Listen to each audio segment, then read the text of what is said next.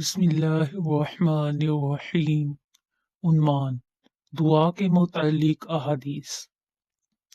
حضرت ابو ہریرہ رضی اللہ تعالی عنہ سے روایت ہے کہ رسول اللہ صلی اللہ علیہ وسلم نے فرمایا، بندے کی دعا قبول ہوتی ہے تاوقت یہ کہ کسی گناہ یا رشتہ داروں کے ساتھ بدسلوکی کی دعا نہ کرے جب تک کہ جلدی نہ مچاوے۔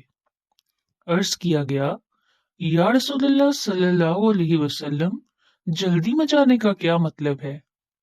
آپ صلی اللہ علیہ وسلم نے فرمایا، جلدی مچانا یہ ہے کہ یوں کہنے لگے کہ میں نے بار بار دعا کی مگر قبول ہوتی ہوئی نہیں دیکھتا، سو دعا کرنے سے تھک جاوے اور دعا کرنا چھوڑ دے۔ اس حدیث میں تاکید ہے اس بات کی کہ گو دعا قبول نہ ہو مگر برابر کرتے رہنا چاہیے، کیونکہ دعا کرنے والے کو 3 چیزوں میں سے ایک چیز ضرور ملے گی، اور وہ چیز کیا ہے؟ حدیث سنیے۔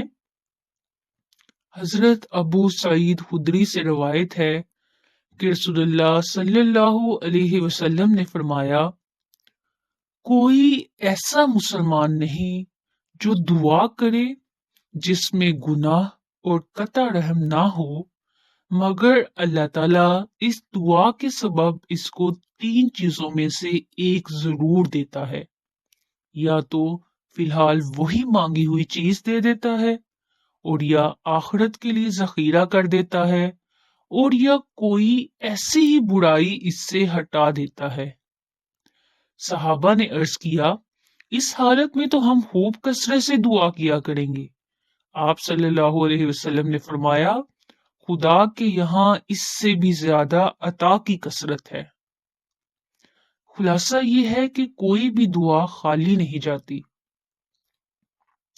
حضرت ابو ہریرہ رضی اللہ تعالی عنہ سے روایت ہے کہ رسول اللہ صلی اللہ علیہ وسلم نے فرمایا، تم اللہ تعالی سے ایسی حالت میں دعا کرو کہ تم قبولیت کا یقین رکھا کرو، اور یہ جان رکھو کہ اللہ تعالی غفلت بڑے دل سے دعا قبول نہیں کرتا۔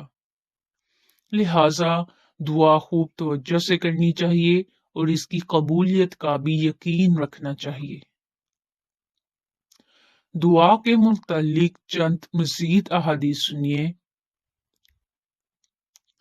حضرت ابو ہریرہ رضی اللہ تعالی عنہ سے روایت ہے کہ رسول اللہ صلی اللہ علیہ وسلم نے فرمایا، خدا تعالی کے نزدیک دعا سے بڑھ کر کوئی چیز قدر کی نہیں۔